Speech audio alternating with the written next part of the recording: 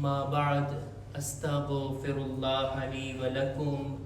તમામ તારીફ અને હમદો સનાને લાયક એ પાક પરવરદિગાર છે કે જે આપણો ખાલિક છે, જે આપણો માલિક છે, જે આપણને રોઝી આપનાર છે। આ જિંદગી પણ તેની આપેલી છે અને એક દિવસ મૌતને મોકલી અને આપણને પોતાની બારગાહમાં બોલાવનાર છે। કામયાબ એ ઇન્સાન છે કે જે આ દુનિયામાં રહી અલ્લાહની મારિફત હાસિલ કરે, એની બંદગી કરે, જે રીતના ખુદા ચાહે છે એ રીતના જિંદગી જીવીને આ દુનિયાથી જાય અને પોતાની આખિરતને આબાદ કરી અને હંમેશની જિંદગીને સુધારીને આ દુનિયાથી જાય।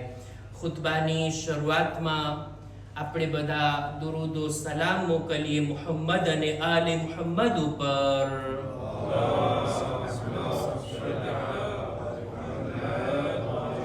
કે જેમની મોહબ્બતને ખુદાએ વાજિબ કીધી છે, જેમની મોહબ્બત અજરે રિસાલત છે, જેમની મોહબ્બત આપણને દુનિયાની અંદર હિદાયત અને આખિરતમાં નજાત અપાવનાર છે। એ હસ્તીઓ કે જેમણે આપણી હિદાયત માટે ભરપૂર કોશિશો કરી, પોતાના નૂરાની કલામ અને પોતાની સીરતને તેઓ યાદગાર મૂકીને ગયા। આજ દી સુધી આપણે એમના આ હિદાયતના પ્રકાશને મેળવી રહ્યા છીએ। ખુતબાની શરૂઆતમાં પોતાની જાતને અને ત્યારબાદ આપ તમામ મુમિનીનને તકવા, પરહેઝગારી, ગુનાહોથી બચવા, નેક અને દીનદાર બનવાની ભલામણ કરું છું। નહજુલ બલાગા આપણા ખુતબે જુમાનો વિષય છે અને લાંબા સમયથી આપણે નહજુલ બલાગાને ખુતબે જુમામાં લઈ આવ્યા અને અલગ અલગ ખુતબાઓને, અલગ અલગ પત્રોને, હિકમતભરી વાતોને દર જુમ્માના તમારી સમક્ષ રજૂ કરતો આવ્યો છું। આપ લોકોને ધ્યાનમાં હશે તો 2 અઠવાડિયાની ગેરહાજરી પહેલા આપણે નહજુલ બલાગાના 224માં નંબરના ખુતબાની શરૂઆત કર્યા હતા। અમુક પેરેગ્રાફ એ ખુતબાના તમારી સામે રજૂ કર્યા કે જેની અંદર અમીરુલ મુમિનીન પોતાના ઝુહદ, પોતાના ન્યાય, ઇન્સાફ અને જસ્ટિસની વાત કરે છે કે છે અલીથી ઝુલ્મ ઘણો જ દૂર છે, અલીથી ના ઇન્સાફી ઘણી છેટે છે। અલીને બિલકુલ આ વાત પસંદ નથી કે આ દુનિયાથી જાય, ખુદાની મુલાકાત કરે અને કોઈનો હક ગસ્બ કર્યો હોય, કોઈના પર ઝુલ્મ કર્યો હોય કે કોઈ હક્કુ નાસ બાકી રહ્યો હોય, હરગિઝ નહીં। આ બાબતને બયાન કરીને મૌલા આ ખુતબાની અંદર 2 એક્ઝામ્પલને બયાન કરે છે કે જો મારી સામે 2 મોકા એવા આવ્યા કે જ્યારે ઘણી જ કોશિશો થઈ સામેવાળા તરફથી કે અલી જરાક નમતું જોખે, જરાક પોતાના આ ન્યાય અને ઇન્સાફના ઉસૂલથી જરાક હટી જાય, પણ ના, હું મારા આ ઉસૂલથી જરા બરાબર પણ હટવાનો નથી। એક એક્ઝામ્પલ આપે છે પોતાના સગા ભાઈ અકીલનું। મૌલા અલી બયાન કરે છે જનાબે અકીલના વાક્યાને। જો જનાબે અકીલ મૌલા અલીથી 20 વર્ષ મોટા છે, સગા ભાઈ છે, એમની હાલત પણ કફોડી છે, ગરીબ થઈ ગયા હતા, કરજદાર થઈ ગયા હતા, કસીરુલ ઔલાદ પણ હતા, એમના બાળકો પણ વધારે હતા અને જ્યારે કરજો એટલો વધી ગયો, એમની પાસે કંઈ પણ હતું નહીં દુનિયાના માલમાં। આ મોકા ઉપર મૌલા અલીની પાસે આવે છે ને મદદ માંગે છે। મદદ પણ કઈ રીતના કે છે જેટલો મારો હક બને છે બૈતુલ માલમાં એમાં 1 સા એટલે 3 કિલો તમે વધારે આપો, મને તમે થોડુંક વધારે આપો બીજા બધા કરતા। આ માંગણીને મૌલા અલી કબૂલ નથી કરતા, હરગિઝ નહીં।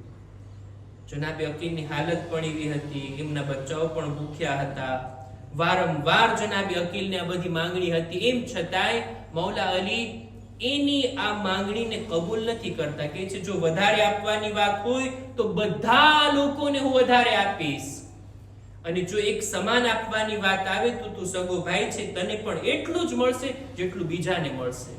આ સગપણ, આ રિશ્તો બૈતુલ માલમાંથી વધારે મેળવવાને કામ નહીં આવે। વાતને આપણે મૌલા અલીના શબ્દોથી જ સાંભળીએ, એમની જબાનથી જ સાંભળીએ। નહજુલ બલાગામાં જે રીતના સૈયદ રઝી નકલ ફરમાવે છે કે છે આ રીતના અકીલ વારંવાર આવતા, મારી સામે પોતાની માંગણીને રાખતા. વાત અહીંયા સુધી પહોંચી હતી કે ફઅસગૈતુ ઇલૈહિ સમઈ ફવન્ન અન્ની અબીઉહુ દીની. મેં અકીલની વાતને બહુ ધ્યાનથી સાંભળી. હું ચૂપ હતો, અકીલ બોલતા હતા. એની વાતોને હું સાંભળતો ગયો ત્યાં સુધી કે અકીલને એમ લાગવા લાગ્યું કે બસ અલી હવે મારી વાતમાં આવી ગયા.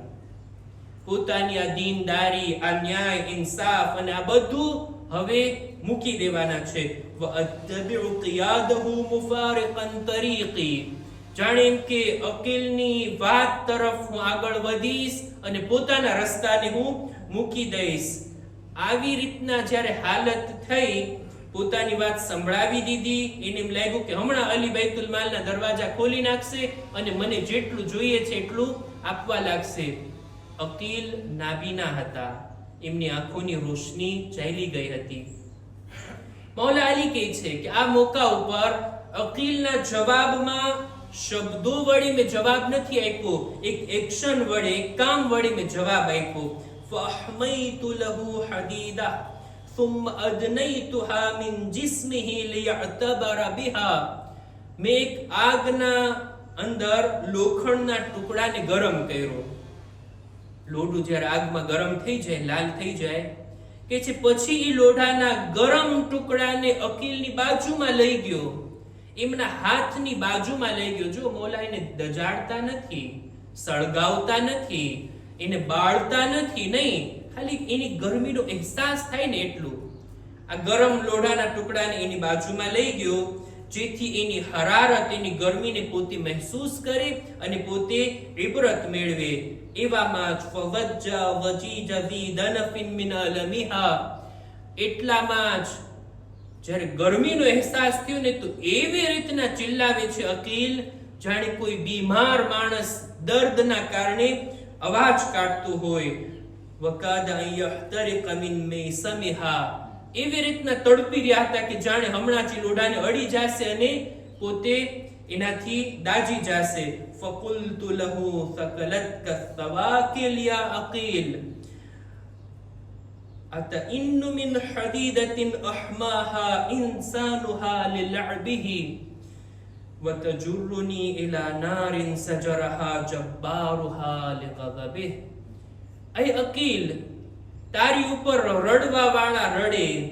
આ ઇન્સાને સળગાવેલી આગની ફક્ત ગરમીનો અહેસાસ થયો ને, તું આવી રીતના ચીસો પાડે છે અને તું ચાહે છે કે તને તારા હક કરતા વધારે આપીને, બૈતુલ માલમાં ખયાનત કરીને, બીજાઓના માલમાંથી એમનો હક કાઢીને તને આપીને હું એવી આગમાં સળગું કે જેને ખુદાવંદે આલમે પોતાના ગઝબથી સળગાવી છે. શું તું ચાહે છે કે ઈ આગ મારા નસીબમાં થાય?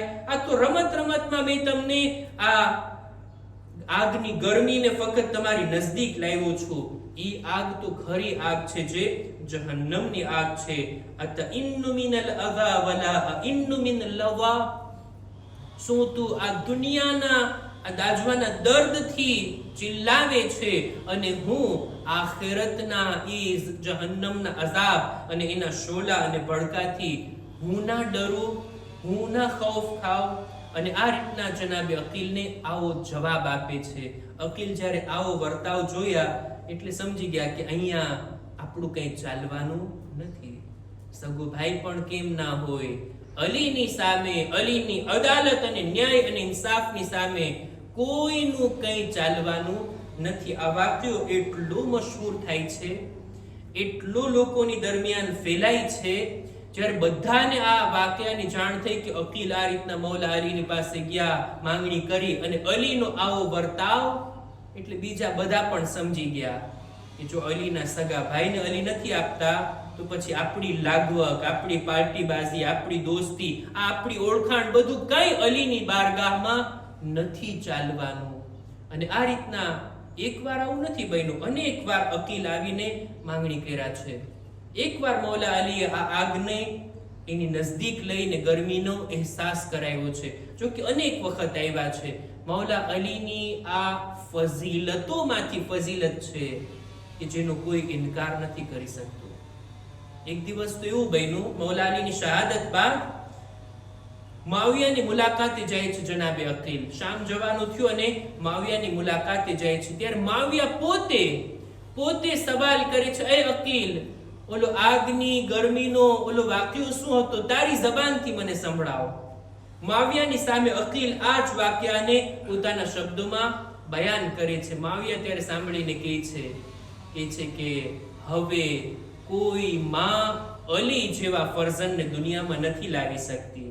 અલી જેવી હસ્તી તો દુનિયામાં આવવાની જ નથી. આટલો ન્યાય અને ઇન્સાફ પોતાના સગા ભાઈની સામે. અને આ રીતના અમીરુલ મુમિનીન બૈતુલ માલ પ્રત્યે કેટલા હસાસ હતા. કોઈનો હક કોઈનામાં ન ચાલ્યો જાય, કોઈનો હક મારીને બીજાને વધારે ચાલ્યો જાય, આવું હરગીઝ મૌલા અલીની સાથમાં નહોતું આવતું. આ સિવાય હજી પણ એક પ્રસંગ છે, એક બનાવ છે કે જેને મૌલા આ જ ખુતબાની અંદર બયાન કરે છે. નહજુલ બલાગાનો 224માં નંબરનો ખુતબો કે જેને ઇન્શાઅલ્લાહ આપણે આવતા ખુતબાની અંદર કન્ટિન્યુ કરશું. અહેકામ અને મસાઇલની અંદર ચાહું છું કે તશહુદના બારામાં એક બે વાતોને બયાન કરું. જો તશહુદ નમાઝની અંદર વાજિબ છે. દરેક બીજી રકાત બાદ, એટલે કે 2 રકાતની નમાઝ પડતા હોય તો બીજી રકાતના બીજા સજદા બાદ બેસીને તશહુદ પડવાનું છે. 3 રકાતની નમાઝ પડતા હોય તો બીજી રકાતમાં અને ત્રીજી રકાતમાં આપણે તશહુદ પડવાનું છે. જો 4 રકાતની નમાઝ હોય તો બીજી અને ચોથી રકાતમાં આપણે તશહુદ પડવાનું છે. ત્યાં સુધી કે નમાઝે વિત્ર, એક જ રકાત નમાઝે શબની અંદર, એની અંદર પણ તશહુદ આપણે પડવાનું છે. તશહુદનો તરીકો આપણને બધાને ખબર છે કે આ રીતના પડવામાં આવે. જો કંઈ ભૂલ હોય, ગલતી હોય, હું અત્યારે પડું છું, આપ લોકો એને સાંભળીને સુધારી શકશો.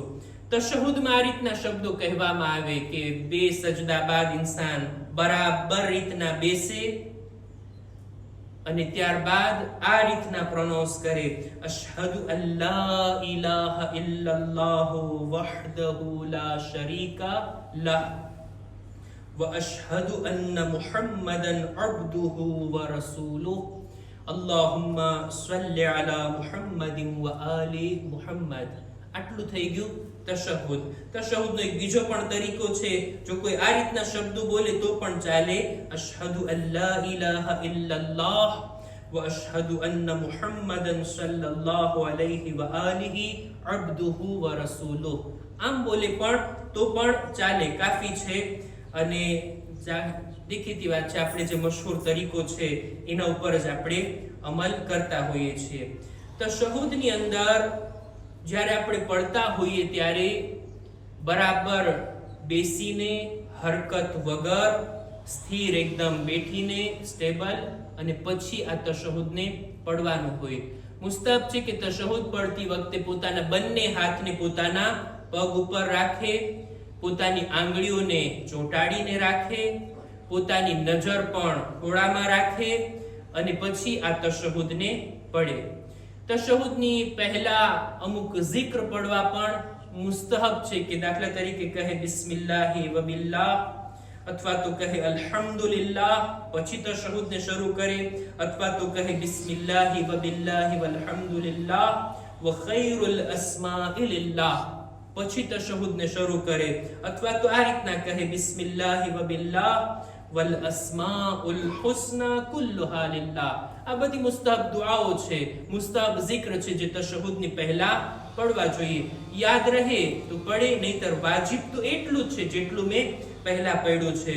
અને તશહુદની બાદ સલવાત પડવી એ પણ વાજિબ છે. અહેલે બેત ઉપર સલવાત મોકલવી આ વાજિબ છે તશહુદની અંદર. અને સલવાત પડ્યા બાદ પણ આ જુમલો પડવો મુસ્તહબ છે, વતકબ્બલ શફાઅતહુ વરફઅ દરજતહ. અને આ રીતના પોતાના તશહુદને બરાબર રીતના અંજામ આપે.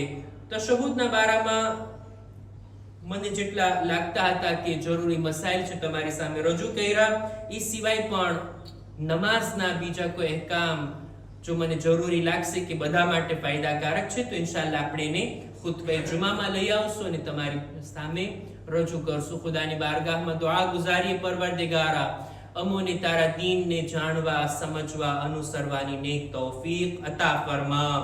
અમીરુલ મુમિનીનની તાલીમાત પર અમલ કરવાની બોલનાર સાંભળનારને નેક તૌફીક નસીબ કર. ખુદાયા અમારા મા બાપના ગુનાહોને માફ કર. અમારી ઔલાદને નેક તૌફીક અતા કર. દરેક મુમિનીન મુમિનાત જો બીમાર છે શિફા અને તંદુરસ્તી અતા કર. પરવરદિગારા ઝમાનાના ઇમામના ઝુહૂરમાં જલ્દી કર. અમારાથી તેમના દિલને રાઝી અને ખુશનૂદ ફરમા. ربنا تقبل منا إنك أنت السميع العليم